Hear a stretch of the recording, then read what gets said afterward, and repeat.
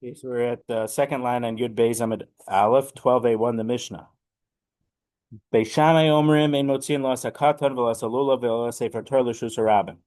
Beis Shammai says we're not allowed to take out a kid. When we talk about a kid, it means it's his eighth day to get his bris milah, so you're not allowed to take him outside.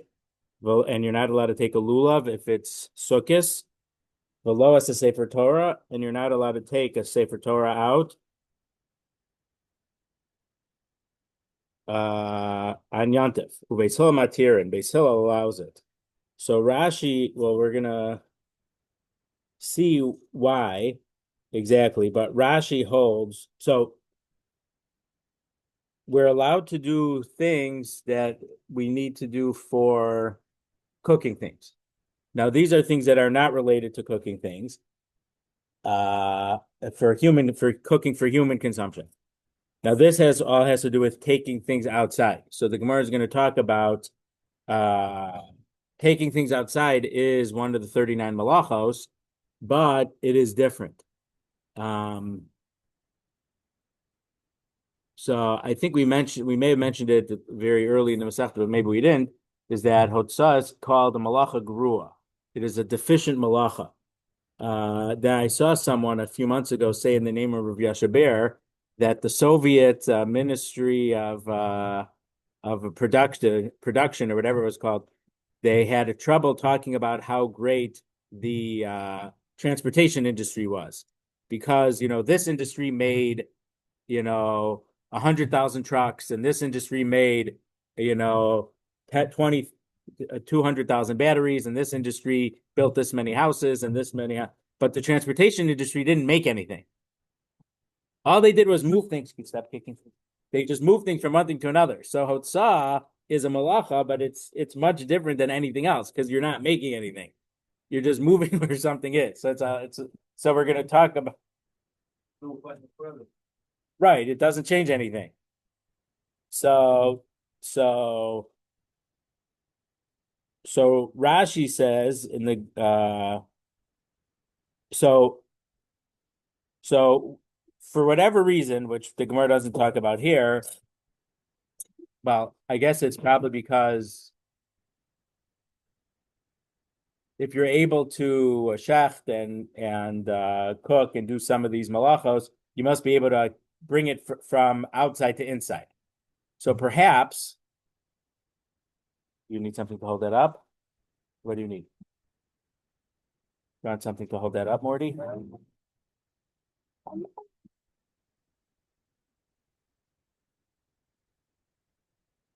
Um,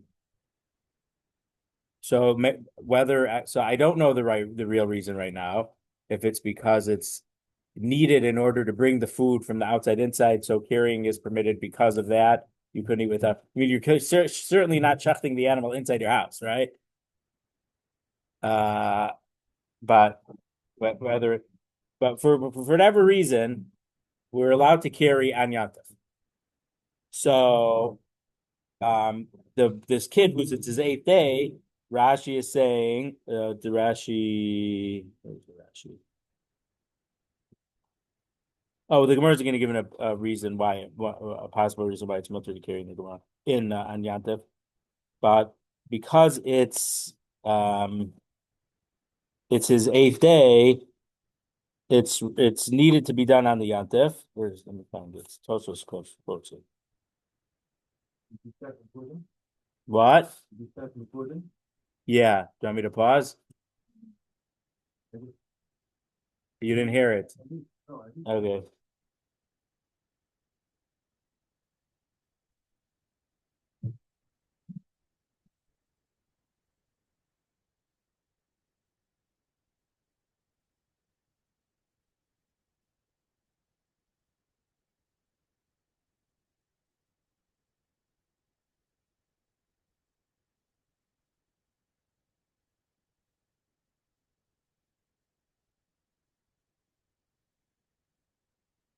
Oh, so Tosa says at the end something that has at least a small amount of relevance to Yantif. So the katan to give his bris milah, the mitzvah is considered a nida Yantif. The lulav shake the lulav on Yantif, and Sefer Torah to read with it. So bris milah, okay. We know that we don't wear. So the reason we don't wear tefillin on Shabbos or Yantif is because Shabbos and Yantif are called an os. Bris milah is an os, and tefillin is an os. So we always need two osos. So when we have Shabbos, and we always have our bris milah with us, and we have Shabbos, we don't need our tefillin. And to do the bris milah on Shabbos, bris milah is docha Shabbos. Uvayam hashmini yimol basar Allah. So even if the 8th day is on Shabbos, there's a drasha. So there's a connection between Yantif and Milah. Maybe that's explanation. The lulav, it could be the chiddush is that midiraisa on the Torah level, you only need to midiraisa, the mitzvah to shake the lulav everywhere is only on the first day. And in the Beis Hamikdash, the mitzvah is for all 7 days because of usmachtem. What's the actual nekudos? I don't remember. Lifnei Hashem lokechem shivas yamim. You all have simcha in front of Hashem your God for 7 days. The Parshas Re'eh about Sukkot. So the Gemara means so you're taking the lulav all 7 days. Rav Elyashiv used to go to the kotel every day on Sukkot with his lulav because maybe it was closer to the Dioraisa all 7 days. So we take it all 7 days except for Shabbos nowadays because Zecher L'Mikdash. We should remember what they did in the Beis Hamikdash when the Beis Hamikdash was built. In the time of the Beis Hamikdash, if the first day was Shabbos, well, the Mishnah in Sukkah talks about the people would bring their lulavim before Shabbos to the Beis Hamikdash, so they would take it on Shabbos. But if it wasn't Shabbos, we don't take the lulav. If the first day wasn't Shabbos, we don't take the lulav. And nowadays, even we don't take the lulav on the first day of Shabbos because the Chachamim can uproot a mitzvah if it's being passive. So they can't tell us to do something that's against the Torah, but they say be passive, don't do anything. That's why you also don't blow shofar on the first day of. So why does the Mishnah mention lulav and doesn't mention, let's say, shofar? Maybe it could mention shofar, or maybe because if you're taking a shofar on Yantif, the shofar is obviously a mitzvah d'oraisa on Yantif. Perhaps this is only talking about a case where oh no, but if it's Yantif, it has to be the first day of Sukkot. Never mind. And actually, it would be okay. But I was going to say it does not fit. The Velosa Sefer Torah. So Sefer Torah, why do you need Sefer Torah? So you're going to say, oh, you're supposed to learn? I mean, you could say that, but there's a better shot. The Ramban in Parshas Mishpatim, I think it is, says by Mikra Kodesh, so it's translated in the old Chumash holy convocation. What does that mean? Well, the word Mikra comes from reading, right? So the Ramban says on Shabbos and Yantif they gather and they read the Torah or they daven. So Reb Chaim, Rav Aaron's grandfather, held that there's a special mitzvah to daven with a minyan on Shabbos. Even if he wasn't so meticulous to daven with the minyan during the week, he was very busy with chesed and other things. But on Shabbos, because of Mikra Kodesh, special inyan to daven together with the minyan on Shabbos. And according to the Ramban, the Ramban says it also the Kriyas Torah. So we could be carrying the Sefer Torah because there's a special inyan of the Kriyas Torah on a Yantif. Beis Hillel Matir. Beis Hillel says there's no problem to carry these things on Yantif outside. Gemara, Tani Tana Kamed Rabbi Yitzchak bar Avdimi. A Tana mentioned in the name of Rabbi Yitzchak bar Avdimi. So the historians I saw from Moshe's cousin, Professor Chaim Soloveitchik.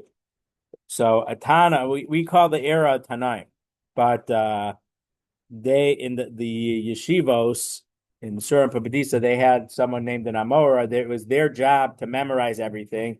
If you had a question, you asked them. So this Tana, according to that, when it says a Tana was saying in front of Rabbi Yitzchak, it was someone whose job was to memorize the Mishnayos, and when someone say, what did the Mishnah say there, it was his job to say it. So he was saying a certain Mishnaic statement in front of Rabbi Yitzchak bar Avdimi. If you shaft an animal as a voluntary burnt offering on Yantif, you get lashes. Now, the the we're allowed to bring communal korbanos on Shabbos. On Yantif, we're allowed to bring some, but I think the issue is here is that an ola is fully burnt. If something was, let's say, a shlamim, you get the owner and the kohanim get to eat part of it. So if it's a shlamim, certain type, I guess, under certain situations, which I'm not unfortunately fully expert in, uh, if you would bring a certain type of korban that you could eat from on Yantif, there's benefit for Yantif because you could eat from it. But an ola is not has no use on Yantif because you don't eat from it. So if you shacht it, shchita is mutter if it's for human consumption. This ola, there's no human consumption for it. So it's a malacha that you're not allowed to do on Yantif, so you would get malchus. Amarle. So Rav Yitzchak Bar Avdimi said to his Tana, the Amar L'Chamani. Who are you saying according to? Beis Shammai. This thing that you're saying follows Beis Shammai's opinion. The Amri Lo Amrina Mitoch She'utra Otzalatzarach Hutranami Shalol. This is according to the opinion of Beis Shammai, who holds the principle of mitoch. We call this mitoch. Now, this phrase that we have here means because carrying was permitted for a need of Yantif, it's permitted when it's not a need for Yantif. But generally, we call this mitoch. And I may have had this in the first parak of Suvos. I don't remember. So, because you're allowed to carry food on Yantif, we allow you to carry stuff that is not food also. So Beis Shammai holds that we don't hold this principle. Since there's something permissible that you're allowed to carry, you're allowed to carry things even if it's not that specific permissible thing. So I can carry a book, even though I can't eat the book on Yantif. The Il Beis Hillel, because if this followed the opinion of Beis Hillel, ha'amri mitoch shehutra tzaratzarach hutranami shalol tzarach. But Beis Hillel's opinion from our Mishnah, we see, since you're allowed to carry things that were food, you're also allowed to carry things that aren't food on Yantif, like the baby to get him to take him to his bris milah, for the Sefer Torah to take it so you could read it at the minyan, or the lulav to shake it, I guess, in a minyan. Hachanami, in this case also, when you're shechting this korban ola on Yantif, mitoch shehutra shchita letzorach, since shchita was permitted when a person is going to eat from this shechted meat, hutranami shalol letzorach. It is permitted also when you can't. So Rav Yitzchak Bar Avdimi is saying is that according to Beis Hillel from our Mishnah, since there's times that you're allowed to shecht on Yantif, you're allowed to shecht this korban on Yantif, even though it's clearly not for today itself, today's need. Now, there's a big machlokas Rashi and Tosfos, so you have to mention here. According to Rashi, well, the Gemara is going to ask it, so I can't. It's not the right time to say it. So let's keep going. Maskefla Rava asked a question against what Rav Yitzchak Bar Avdimi said. Mimai de Beis Shammai Beis Hillel b'hapligi. How do we know that Beis Shammai and Beis Hillel are arguing about the principle of mitoch? Since this act is permitted in certain cases, we permit it even when it's a different case. I think we turn to 12a2. Dilma be'erev ha'otol Shabbos ve'in erev ha'otol Yantif kamiflagi. Maybe they're arguing: are you allowed to carry on Yantif, or are you not allowed to carry to Yantif? Meaning, we know that we carry on Yantif, so we know that there's not a prohibition of carrying on Yantif. But maybe Beis Shammai holds you're not allowed to carry on Yantif, and it has nothing to do with the principle of mitoch. Marsav or erev ha'otol Shabbos ve'erev ha'otol Yantif. The one holds, and that would be Beis Shammai.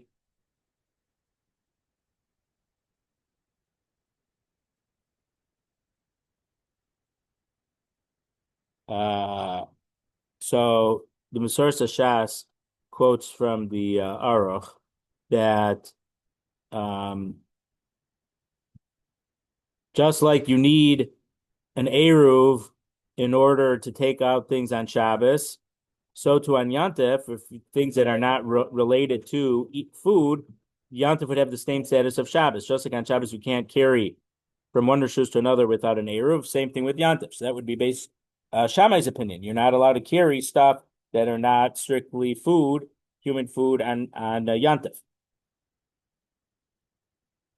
Umar Savar, and the other one holds, meaning Beis Hillel, Eruv Hotel Shabbos, Ve'ein Eruv Hotel Yom Tov. We have the laws of Eruv for taking things out on Shabbos, and there's no need for an Eruv of taking out on Yom Tov. That the sin, Kidiksiv, as the pasuk says, Lo Sotziu Masa Mibatechem B'Yom HaShabbos. The pasuk in Yirmiyah says, you will not take out a burden from your house on Shabbos. So b'Shabbos, this applies on Shabbos, but on Yantif, we're not limited to this. You're not restricted from taking things out of your house on Yantif. Now, Rav Aharon's quote in other cases from a Yereim. The Yereim was a book about the mitzvos, and it's not saying that there's a halacha that a navi roi l'chadish davar. A navi is not allowed to make a new mitzvah or tell us something new.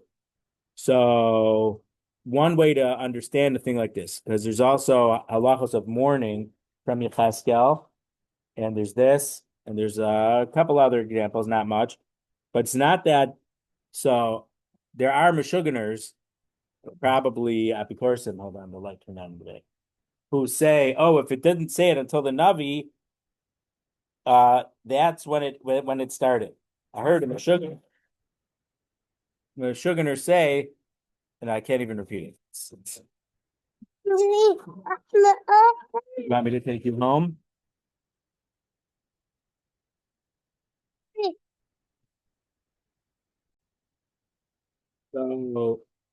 So one possibility, and I'm not sure what apply here, is that there was something there was a halach l'moshe misinai, that it was a diraisa, but not in Torah Shabbat, and the Navi mentioned it, and so it's not that he made a new thing. It was a halach l'moshe misinai, and now it's in Torah Shabbat through a Navi, but it's not that the Navi said something new. I think there was another possibility. I don't remember what it was, but Rav Aharon quoted a Yereim to explain when the Gemara says something like this. So Rabbi was saying that no, maybe the machlokas Beis Shammai Beis Hillel isn't this about this principle mitoch, but literally Beis Shammai holds if it's not a food thing, it's an isser to carry it on Yontif.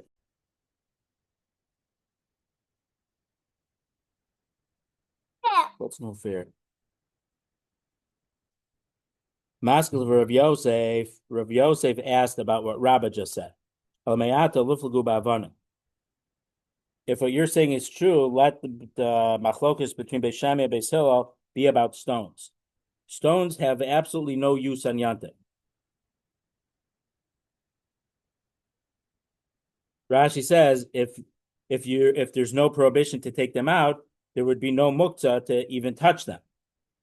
Because the only reason of touching them is asur because of muktzah is because if you touch it, then you'll carry it outside. So the way Tosfos explained Rashi, which seems to be the right way, is that according to Rashi, Beis Hillel holds once you're able to carry food, you're allowed to carry anything. So why can't you carry a stone? So the principle of mitoch really allows you to carry the stone, but the Chacham made a separate gzeira that you're not allowed to carry a stone, because if you would, that you can't touch it, because. And then why didn't they say you can't carry things that aren't food? Because Rashi says, "Ein gozhin gzeira l'tzibur in robot tzibur yachol." But you're not allowed to make a gzeira. It's one of the rules about when you're allowed to make a gzeira. You can't make a gzeira if the majority of the community can't keep it. If it's too hard for most people to do, Chachamim are not allowed to make such a gzeira. So let's say to cook chicken and milk together. That's a drabanan, a gzeira to strengthen the Torah. That's something we could live with.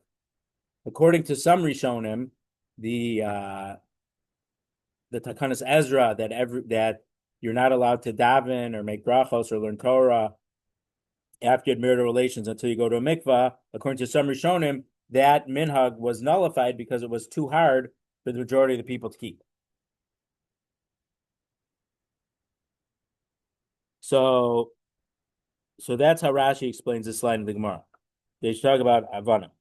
Tosfos says a little differently. Tosfos says he also had a slightly different girsa. The words were a little different.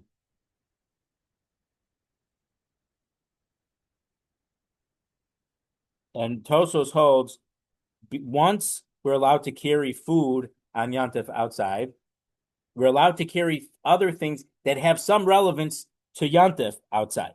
But if it has no relevance to Yantif, it's completely Asr Midiraisa. He says you're not going to get Malchus, but it's Asr Midiraisa.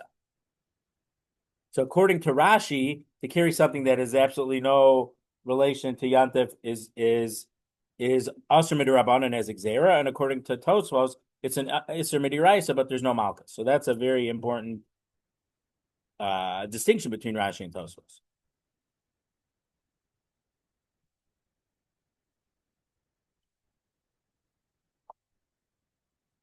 So again, let's read again. I'm asking for Rabbi Yosef. Rabbi Yosef asked against Rabbi, who says that they're arguing about carrying. If the homachlok is really about carrying, liflagu bavanim, they should argue about touching a stone on Yantif. Because they're not arguing about a stone, they're only arguing about carrying that's not a specific need of Yantif. So Rav Yosef is saying we're going back to what Rav Yitzchak Baravdimi said. The Hamachlokus is about this principle of mitoch. Since we're allowed to do this act for the need of Yantif for the food, you're allowed to carry even when it's not for a need of food on Yantif. And so our Mishnah, the kid for his bris milah, the lulav, and the Sefer Torah. The Af Rabbi Yochanan Savar b'mitoch shehutra tzolatzarach hutra nami shlolatzarach pligi. Rabbi Yochanan also held that Beis Shammai and Beis Hillel are arguing about, do we apply the principle of mitoch? Since we allowed you to carry things for the need of Yantif with the food, we allow you to carry even things that aren't for the need of Yantif. The Tana Kamed Rabbi Yochanan, because a Tana taught in front of Rabbi Yochanan. So Rabbi Yochanan was an Amora, but the Tana wasn't a Tana. He lived in the time of Rabbi Yochanan, but his job was to memorize what the Tanaim said, and to read it. So he said the following: if you cook the gid hanasha in milk on Yantif and you ate it, you get 5 sets of lashes. Mishum gid hanasha, so mishum evashel gid. So you're cooking a gid hanasha. So there might be some opinions that hold that gid hanasha is aser b'hanasha. No, I don't think it can't be. A gid hanasha, so regular not kosher meat, you're allowed to so you're not allowed to have your job as, let's say, a meat broker or butcher of only not kosher meat. That's an issue of itself. But if sometimes you happen to have not kosher meat, you're allowed to have benefit from it. Give it to you give it to your dog, you do this. But basar b'chalav, if you have milk and meat cooked together, that milk and meat isn't just prohibited to eat, but you're not allowed to have any benefit from it. So if you had meat and then milk fell on it and now it's basar b'chalav, you're not allowed to even feed it to your dog. You have to just throw it out, or in the Gemara would say you throw it to the Dead Sea, because the Dead Sea is so salty, anything that goes in there gets destroyed. But it means you're not allowed to have any benefit from it at all. So cooking the gid hanasha on Shabbos, on Yantif, is a malacha, because when are you allowed to cook on Yantif? If it's something that's fit for Jewish human consumption. The gid hanasha is not kosher. We learned about it in Parshas Vayishlach. So you're cooking something which you can't use on Yantif. That's Isser number 1. And so set of Malchus number 1. And you get a prohibition for eating the gid. There's a prohibition for eating the gid hanasha. So that's Malchus number 2. Now the gid hanasha is from a part of an animal. So you cook it, so it's fleishiks. You cook it with milk, that's malchik. So you're cooking basar b'challah. So there's a famous drasha that it says los vashel gadiba chalevimo 3 times. I think it's in Mishpatim and Kisisa and then in Re'eh. Why is it 3 times? The Gemara says 1 time to teach you that you're not allowed to eat it, 1 time to tell it that you're not allowed to cook it, and 1 time that you're not allowed to get any benefit from it. So why does it say lo savashel every time it says don't cook it? Why doesn't it say bishul? So it teaches us that um, right, you would be so Rav Aaron's father had a bit of a chiddush about this, and he understood it that if that you're cooking it for human consumption, but if you wouldn't be cooking it for human consumption, it wouldn't be prohibited. So there was a scientist of some sort who his philosophy was, if the Torah said something was usher, it must be unhealthy. Now we know that's not true, but there were, I mean, the Rambam talks about it more Nevuchim, I think, that some people say, oh, you're not allowed to eat the pig because a pig is a very unclean animal. It has diseases. You can't eat certain types of fish that don't fit in the scale because they carry disease. I think the Rambam mentions such a possibility in Mar Nevuchim, but it's not true. Hashem, this is what Hashem wants. Do we know why? No, it's a hope. But there were people even 100 years ago. There might be people today also. And so this scientist felt that there was something unhealthy about it. So he wanted to cook basar b'chalav and give it to a dog. They think so, yeah.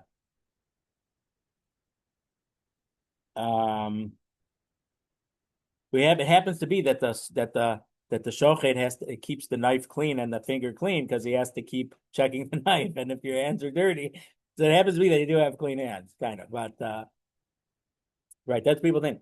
So Rav Aaron's father held that if you that you wouldn't violate the prohibition if you were cooking it for not human consumption.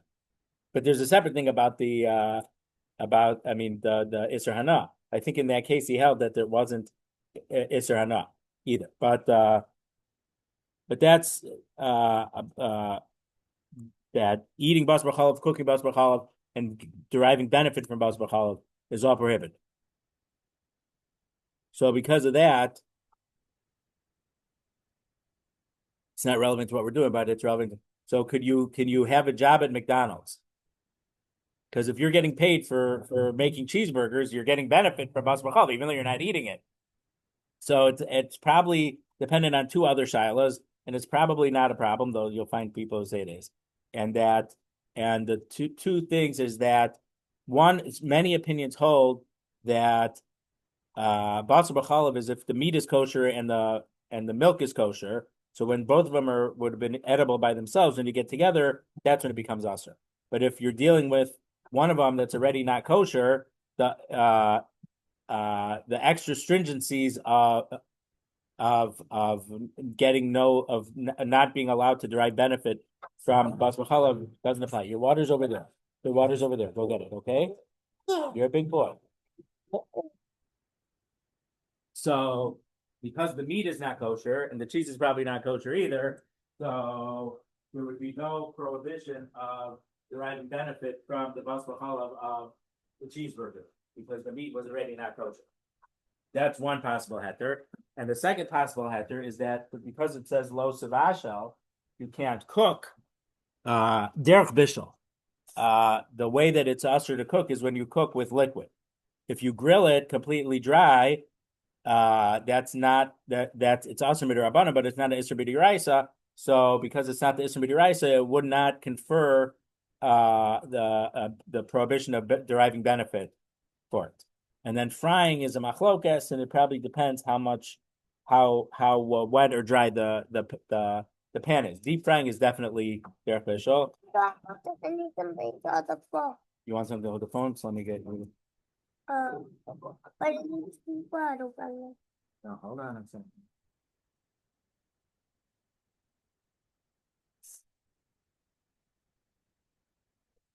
Sideways so it's bigger. It's not going inside.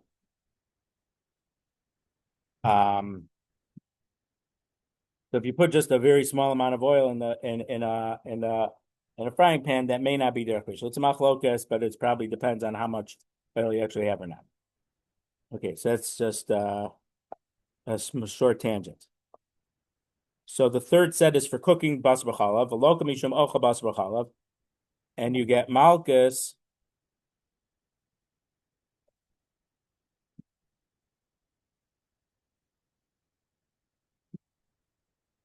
You get malchus for eating basar b'chalav, v'lo mishum, as we turn to to 12b, Beloka Mishum Havara, and for the cooking itself.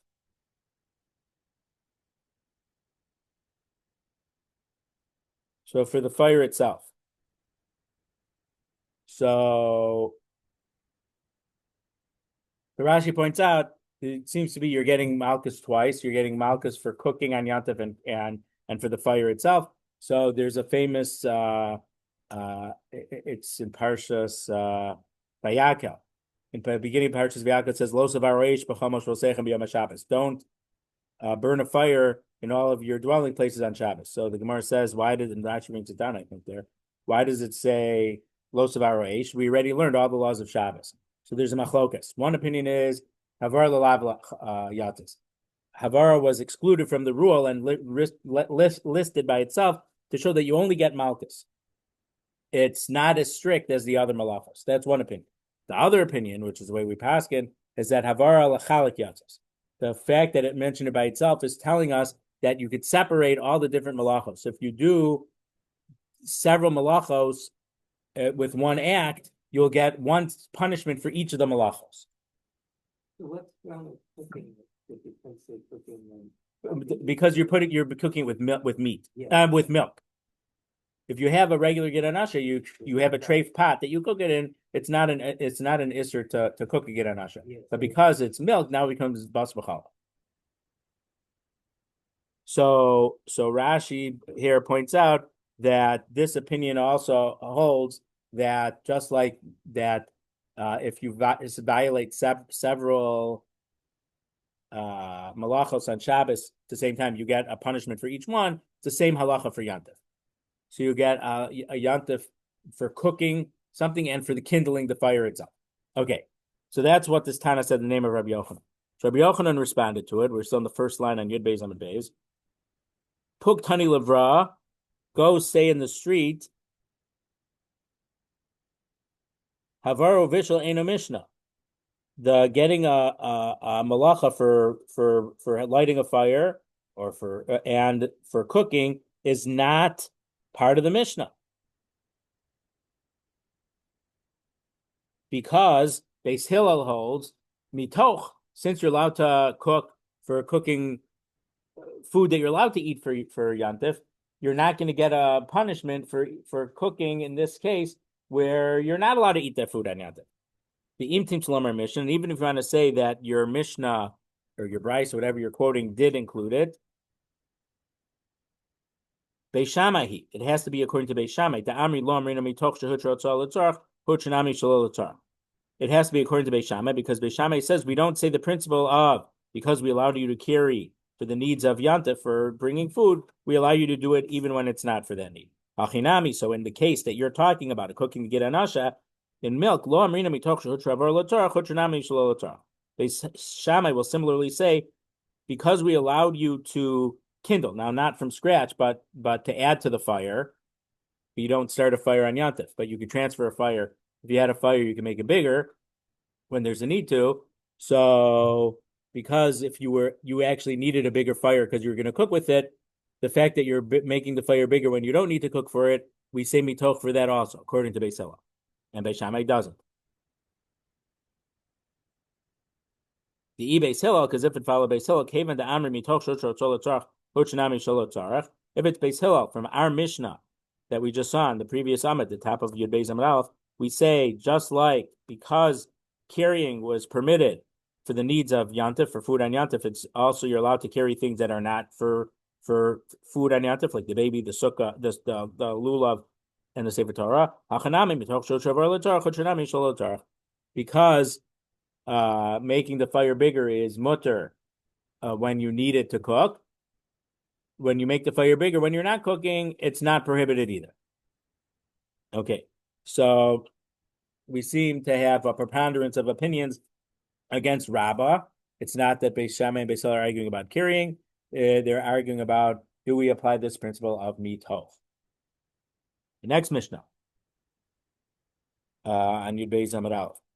Beis Shammai omrim ein molich and chala matanos l'kohen b'yom tov. you're not allowed to separate challah. So remember, we learned about this a few dapim ago. So if you make a dough, you have to separate a portion. It goes to the Kohen. And matanos, if you shaft an animal, a certain part, I think a breastbone and a leg or something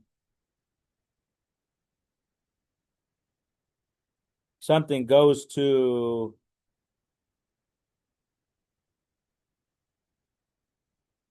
Zerah L'chaim B'Keva, the foreleg, jaws, and the maw, one of the stomachs, go to a Kohen. So if you made if you made a dough and made bread, you're not allowed to take the challah portion to the Kohen on Yom Tov. And if you shecht an animal, you're not allowed to give him the Zerah L'chaim and Keva. You're not allowed to bring that to the Kohen on Yom Tov.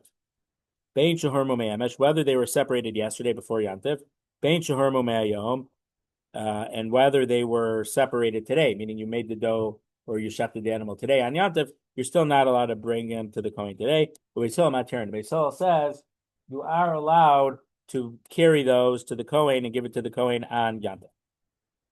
Amr lahem Beishamai leBeisila. Amr lahem Beishamai. Beishamai said to Beisila, Zera Shava. We can say Zera Shava. Now I think this is not. Yeah, Rashi says it's not a literal Zera Shava. Zera Shava means we have two words that are the same word in the Chumash. So the halachas of this one applies over there. So Rashi says this isn't a real Gzer Shava because it's only talking about a Durabana. But we see a common denominator between this and that, and Beis Shammai is going to make the following argument.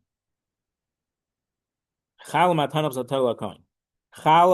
and these parts of an animal that you chef are both gifts to a Kohen. Trumah matana Kohen. And truma from produce is also a gift to the Kohen. Kishem she'en molichanes truma, just like we're not allowed to give truma to a Kohen on Yantif.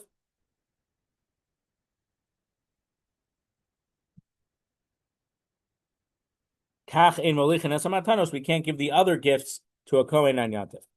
Amr lahem Beis Hillel replied to them, "Lo, that's not a good analogy. Imamartim betruma she'en zakai baramasa.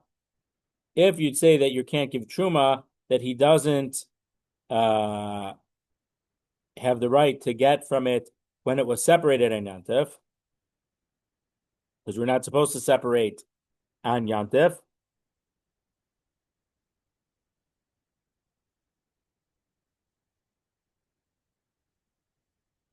The Chachamim said you're not allowed to separate it truma on Yantif. Tomer b'matano shezakai baramasa. But you say that for these other things, the challah and the Zerah L'chaim and Keva, that the Chachamim did give a right to separate on Yantif. Meaning, we say it in Bama Malika that before Shkia, someone's supposed to say in the house, "Did you take truma off of everything?" Because you're not allowed to take truma off on Shabbos. Whether the reason is, we saw actually a few blot ago, whether the reason is you can't make hektish, it's almost like a transaction, which you're not allowed to do on Shabbos, or is it because you're preparing something? It's like makabah patish. You're not allowed to eat from it before truma is taken off.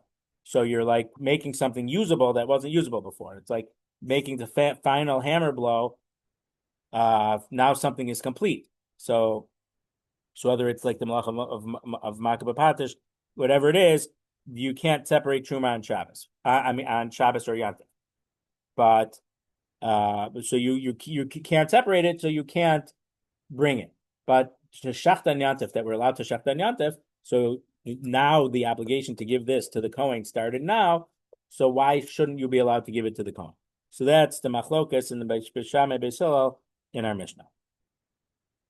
So Kesal Kedaitach, we wanted to say Shehormu Meyom v'Nishanishkatu Bayom, that the Mishnah is talking about they were separated today, and because it came from an animal that was shechted today. The Shehormu Me'amesh v'Nishchatu Me'amesh, or when it said gifts, when Beis Shammai said stuff that was separated from before, we're talking about they were separated yesterday. The truma was separated yesterday. Shehormu really comes from the word truma. It was separated as truma yesterday, or it was separated yesterday. The animal was shechted yesterday, so you have the Zerah L'chaim and the Keva from yesterday. So Beit Shammai doesn't differentiate. Even if it was shechted today, they don't allow you to bring it. Money must nisin. So according to that, who does our Mishnah follow? Like lo Rabbi Yossi, below Rabbi Yehuda, el acher. It doesn't follow Rabbi Yossi's opinion. It doesn't follow Rabbi Yehuda's opinion. It has to follow the opinion of acher. Now, somewhere it says that acherim is Rabbi Meir.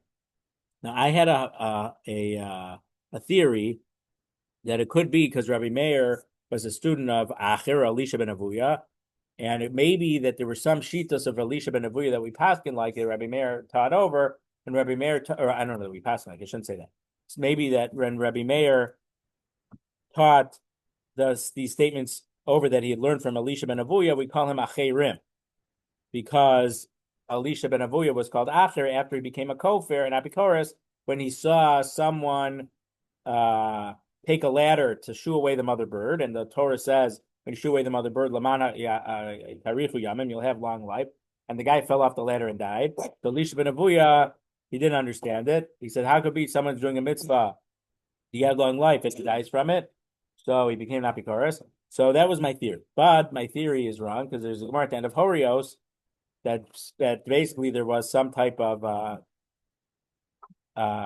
leadership dispute of who was the proper nasi or not, and Rabbi Meir was trying. They appointed someone who hadn't learned certain halachos, certain sections of taros, and so Rabbi Meir wanted to embarrass them by asking questions related to that.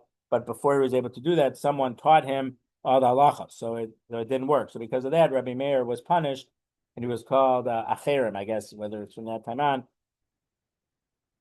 But acherim, okay. But so, what did Rabbi Yossi teach? What did Rabbi Yehuda teach? And what did acherim teach? And what acherim taught would fit in with the understanding of our Mishnah, the way we just were explaining.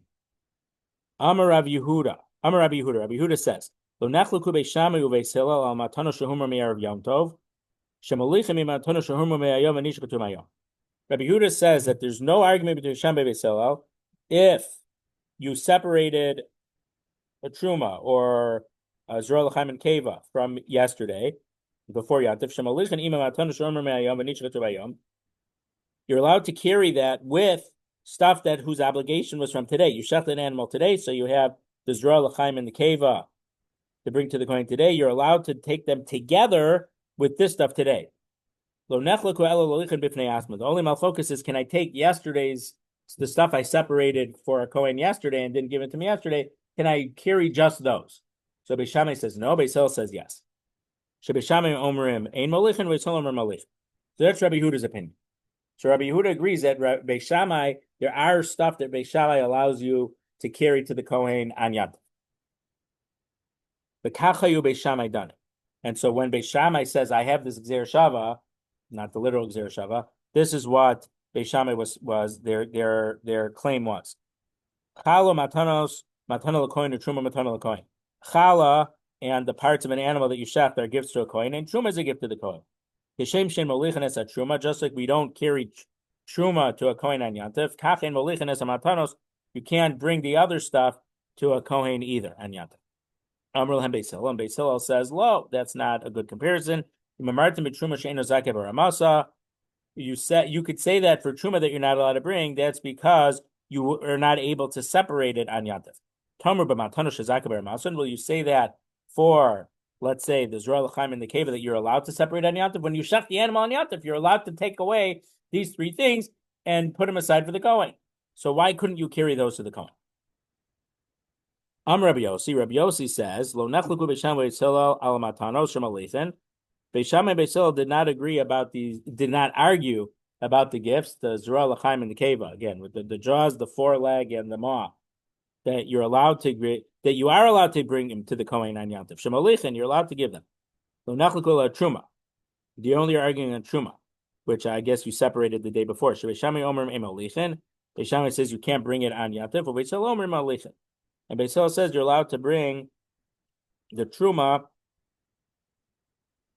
that was separated yesterday, I guess. You could even take it today and bring it to them. Beis Hillel done it. And this is how Beis Hillel made a claim. So this is different than our Gemara had Beis Shammai making a claim first and Beis Hillel responding. Rabbi Yossi has Beis Hillel making their limud, their analogy first. Chala matanos latanol kohen and truma latanol kohen. Chala and the zroa l'chaim and the cave are gifts for a kohen, and truma is a gift to the kohen.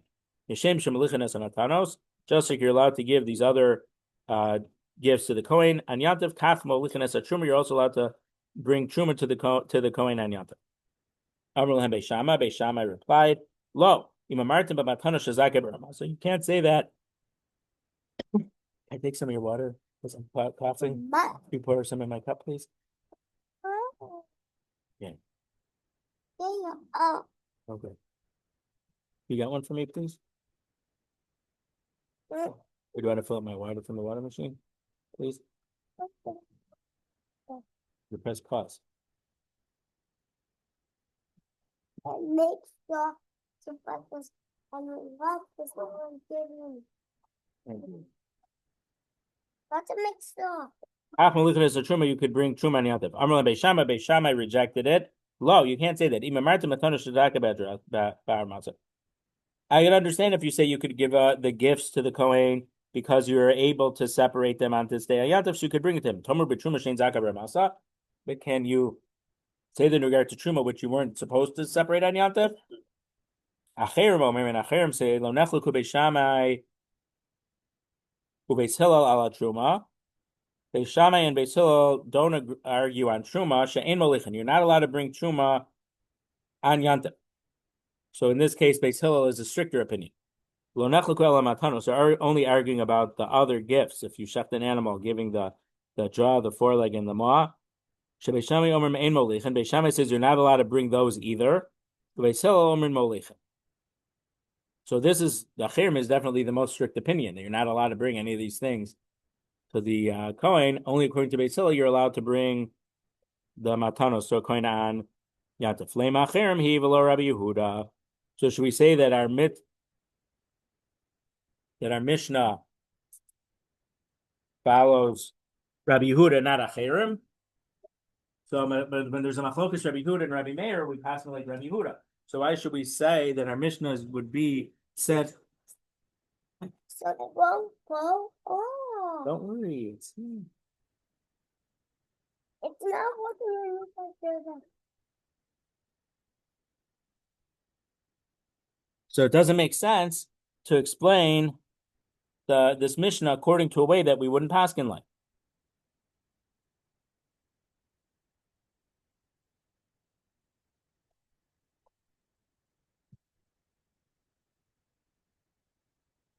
The ArtScroll footnote doesn't seem to explain it the way I just explained. Okay, Amar Rava. Rava says, "Mikatani shehumru mayom v'nishchatu mayom." Did the Mishnah talk about a case that the truma was separated today, or the animal was shechted today, or the gifts were separated? Hormo in this case. No, yeah, it would have to be shehur muktani. The Mishnah just says they were separated. It doesn't say when. Uliolam shchitas and miyamesh. When really we're talking about a case where it was shechted yesterday. And that's why Beis Shammai says you're not allowed to bring it. But if it was shechted on Yantif, Beis Shammai would agree that you could bring it on Yantif, so we could fit even according to Rabbi Yehuda. Lema Rabbi Yehuda he v'lo acherim. So should we say that the Mishnah only follows Rabbi Yehuda and not acherim? So alatema acherim, you could say that the Mishnah also fits with acherim. They're talking about what it fits in with acherim when we're talking about a case where the animal was shechted yesterday, the day before Yant. Yihachi, if so, Hainu Rabbi Yehuda. If so, acherim and Rabbi Yehuda have the same opinion. So why are they arguing? They're really talking about, they agree that if it was separated, if it was shechted yesterday,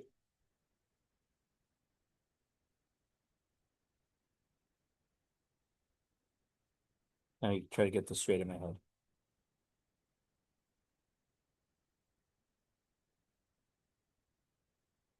That the machlokas is only if they were shechted yesterday. So why are Rabbi Yehuda and Acherim saying separate things? So the Gemara says the machlokas between Beis Shammai, between Rabbi Yehuda's understanding of Beis Shammai Beis Hillel and Rabbi Acherim's understanding of Beis Shammai and Beis Hillel is if you had something else that you were delivering that was allowed to be delivered, can you bring this along with it? In this case, tefillah means tafel, like ikr and tafel. When you're eating, let's say, I don't know, maybe this is a good example. Pancakes with syrup. The syrup is clearly tafel to the pancakes. So we make the bracha on the pancakes. So you don't need a bracha on the tafel. There actually is the very contemporary post can discuss sushi. Is the main thing the rice or the main thing is the fish? Now, what do you think? And we're not learning the sugya right now, ikr tafel. We did it in brachos, but what do you think the main thing is the sushi is? The fish or the rice? Right. You think it's the rice? Well, by weight, yeah, but Yeah, by weight. But if you would have sushi without the fish in it, would you eat the rice just by itself? no. That's what I think. I think if you didn't have the fish in there, then you wouldn't have the sushi, and so the fish is the main thing. The CRC says that in Japan, the whole reason they put the fish in there is because they want to eat the rice. So But I'm gonna get it. I don't disagree with that. If that's what happens in Japan, I would agree with that, but that's not what happens here. So I don't know. So, but that's her case, ikr and tafel. Yeah. You're right. Well, that's because there's no bishul on the fish. The fish is raw. But who says that bishul akum would apply? It doesn't apply if it's just a tafel. Hey. You okay? Did I get you up? Yeah. Everybody did this now. Okay. Well, you could put different things on the sushi, so. Okay, so sometimes they have vegetarian sushi. They put vegetables inside. If they would just have the ball of rice without the vegetables inside, would people eat it? Probably not. Okay, maybe they would, but they don't sell it like that. Why don't they sell it like that? There must not be a demand for it. So I'm just saying, so that's a case where the ikr and tafel, the CRC says that the ikr is the rice because in Japan, when they want to eat rice, they wouldn't eat the rice by itself. They put a piece of it. I don't think that's true in the United States. They eat rice anyway. Different Right. food. But the sushi is a way to eat rice.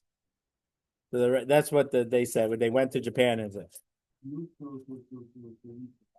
It's like 5 times per day. But do they eat it completely plain? Rice Krispies. They do. Well, I'm sorry. I know Chinese people that do. I don't know about Japanese. Right. So, according to Rabbi Yehuda, if you have something which was from today on Yantif, you're allowed to bring the stuff from yesterday. According to Acherim, according to Beis Shammai, even if you have something that was shafted today, so you're allowed to deliver it today, you're not allowed to add on to it and bring the stuff that you separated yesterday. That's the difference between Rabbi Yehuda and Acherim. Amar Rabbi Yehuda, Amar Shmuel, halacha Rabbi Yossi. Rabbi Yehuda said in the Shmuel that we pass it like Rabbi Yossi, which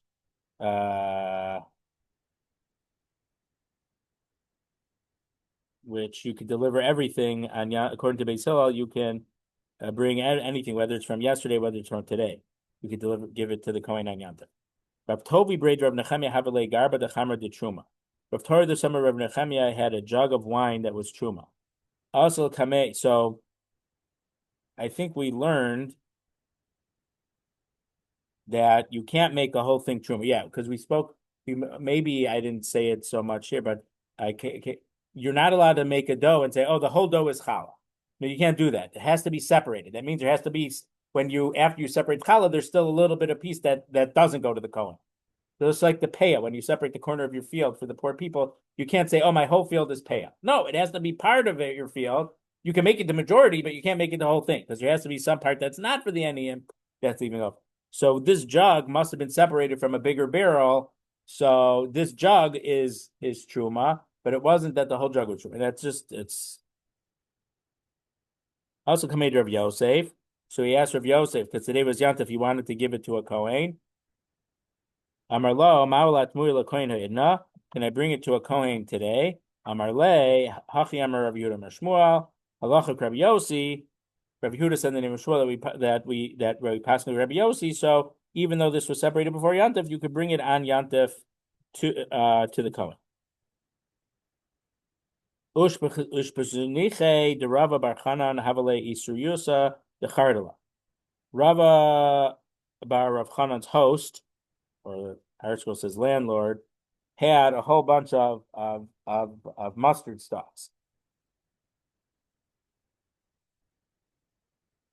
Mahu leferuche umecha min abiyantiv. Can I crumble the stalks so I can get to the mustard seeds that are inside and eat them on yantiv? So the crumbling part is you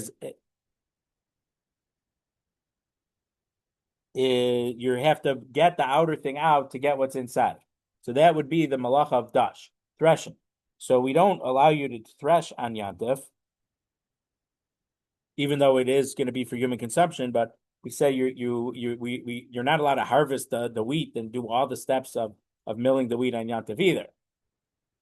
So is this something that I can't do on yantif because I should have done some of these steps before yantif, or because in the end thing it is for me to eat on yantif? Am I allowed to do this on yantif? So umecha and to eat it on yantif. Lahavi biyadeh. So it wasn't in his hands, meaning he didn't know how to pass in the shaila. He didn't know what the psak was. Also, kamei de Rava, he went to Rava to ask him the question. Amar le, Rava said, Molin malilos umarchichem kitnios biyamtiv. We can rub ears of grain and crumble beans on yantiv to get what's inside. So we can rub the ears of grain to get the kernels that are inside it. So we see that it's mutter. Esve Abaye asked, Hamola malilos meir of Shabbos, if you rub the ears of the grain before Shabbos, so the next day you can blow it from one hand to the other to eat the kernel. So the problem is that you haven't separated the actual wheat from the chaff that's there. So winnowing is also a malacha, one of the 39 malachos, because you have to winnow the wheat before you would mill it. So you're allowed to just go like this, and as it's moving from one hand to the other, the chaff is going to fall because it's.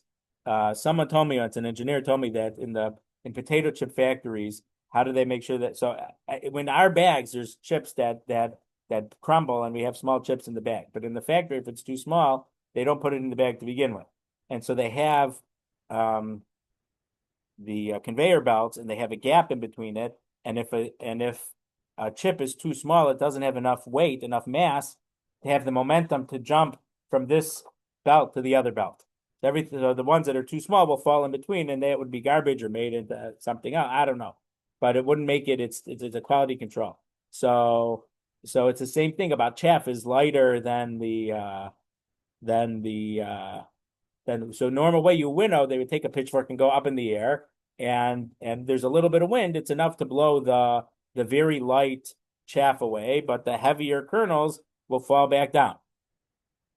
So you have to be careful. They bring the post can bring down you read a book in Hilchos Shabbos, if you were opening nuts on Shabbos, you can't blow the thing in case there was some of the lighter stuff and it blows away, and then you find more nuts to eat, because that's would be a told of winnowing. So you can kind of put it from one hand to the other, so the kernel will go to the other hand, and then you could eat it, and the chaff will fall down by itself. But you can't use a funnel or a big plate, because that's like using the kli. So doing it from hand to hand is enough of a kalach yad, an irregular way of separating the wheat from the chaff. But to do it with the kanon or the tamchoy with a kli, that would be aser. Hamola malilos me'er yantiv. If you rubbed it from Erev Yantif Lamachar, the next day on Yantif, menapech al yad va'ochel.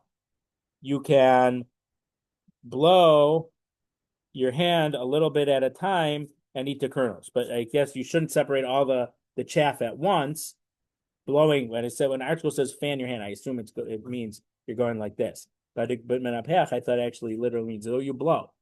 So you could blow not all the chaff off at once. You could part of it, part away, and eat the kernels. I feel kind of a little bit but you could even do it with a funnel, and you could even do it with a big plate. Have a little bit tava, a little bit enough, a little bit kivra, but not with a tablet or a sieve, which is much more. It blocks much more stuff than a funnel. V'lo b'kvara, and not a sieve. So the article says the kvara is. Okay, 5 more minutes. Okay. No, I'm opening that. So in this case, it says that that you rub the ears before Yantif.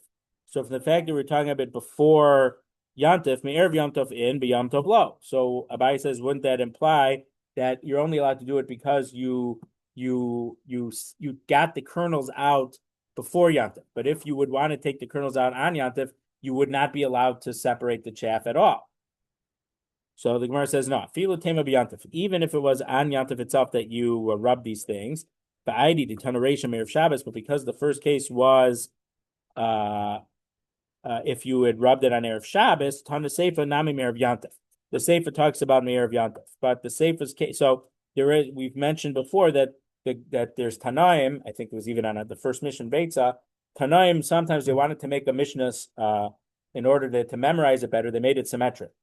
But in this case, the second case didn't have to be symmetric. But in order for it to be easier to remember by keeping it symmetric, they talk about Erev Yantif. But it didn't need to be Erev Yantif. It could have been even if you rubbed it on Yantif to get the kernels out. In Cain, but if it's true that even on Yantif you're allowed to separate it, Matzinu Trumah Shazake Baramasa. That's a case where now that you have separated the kernels and you're allowed to separate the wheat, even the chaff from that, now it's eligible to have truma taken off. So now we found a case where you can separate truma on yantif. So then what about our Mishnah? Can you bring it to the Kohen on yantif or not? But our Mishnah says, Lo im ken martim truma she'eno zak masa. We said that you can't say the truma because there's not a case on yantif where you can where the Kohen would get a case where you'd have produce to separate the truma on yantif. We just found a case. So lo kasha. It's not a difficulty. You'd give a lamed aleph. Rabbi, this opinion. What? What do you mean separate? No, you're not allowed to separate it. But we're saying so here. So we're about to finish it. Rabbi. This case, what we said, if you could separate it on yantif, that would follow Rabbi. Rabbi Yossi, Rabbi Yehuda. And if you're not allowed to separate it, the truma on yantif, that follows Rabbi Yossi bar Yehuda. The Tanya, because we learned in the Brayisa, hichnis shibol, and if you brought the stalks into your house, so normally it's not considered that the processing was done until it's brought into your house. So if you brought it into your house, lasos me'am isa, to make a dough, ocha mehen arai, you're allowed to eat like a snack, not a real meal from it. Upater and your so there's a few things going on here. So let's say you're picking off a tree. In Eretz Yisrael, you're picking off a tree.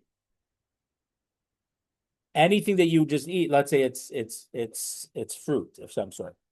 So you're not processing it all. You could eat some because it's not a meal.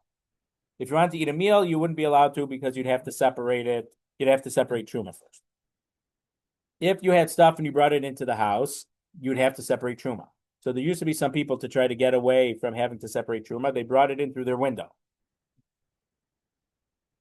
Not the normal way of bringing it in. So, but you're allowed to eat arai, an irregular, not regular meal, before truma separated. That's what that is allowed. So in this case, you brought shibbolin, whole stalks. So I think in this case, normally the stalks haven't been processed yet. You haven't separated the the kernels from the whole stalks and then the chaff from this. So it's not exactly their initial processing is not yet completed. So they weren't processed yet, but you wanted to make a dough from it. You can eat like a snack, not a real meal, and you don't have to take off truma yet. Lemolan b'melilos, but if you brought them into your house to rub them to get the kernels out of that, Rabbi says you're obligated to separate truma. Rabbi Yehuda poter, and Rabbi Yehuda says you do not have to take truma in this case. So in our case, because our Mishnah says there's no case where you would have to separate truma and yantif, would follow Rabbi Yosef, Rabbi Yehuda. So the Gemara says, or Rabbi Yosef, Rabbi Yehuda, now no, but even if Rabbi Yosef, Rabbi Yehuda, we would have a case where the obligation to take truma would fall out on yantif. That's the first case of the Mishnah that there's no machlokas about. If you brought the whole stalks into your house to make a dough, and then you changed your mind and you said, "Oh, I'm not going to make a dough. I'm just going to rub them out on yantif." The tavla biyom, so they became tavel already on yantif because you were going to make a dough. And so now that they're tavel, you're not. But malila is mutter on yantif. But because it's already tavel, you must be allowed to separate truma because otherwise you won't be able to eat it. So Ella, the Gemara says, my truma, rove truma. So the Gemara is saying when we said that there's no case to separate truma, we're not saying it's impossible to find a case. Okay, we found a case, but it's very unusual to have a case. So the majority of cases, there's no way to separate truma and yantif, and that's what when Meshama and Beisil are talking about in our Mishnah about separating truma and yantif, that there's no cases to separate truma and yantif. It doesn't literally mean no cases, but it means there's very few cases. It's a very irregular case because we did find one case, and but we're not gonna ruin the whole Mishnah. We say when it says there's no case, it doesn't mean no case. It means there's the very unusual case there. It would be, but most cases there's no case where you would have to separate truma and yantif. Okay, we'll leave it here. You can't. So you didn't pick it; it was already picked, but you didn't bring it in your house yet, right?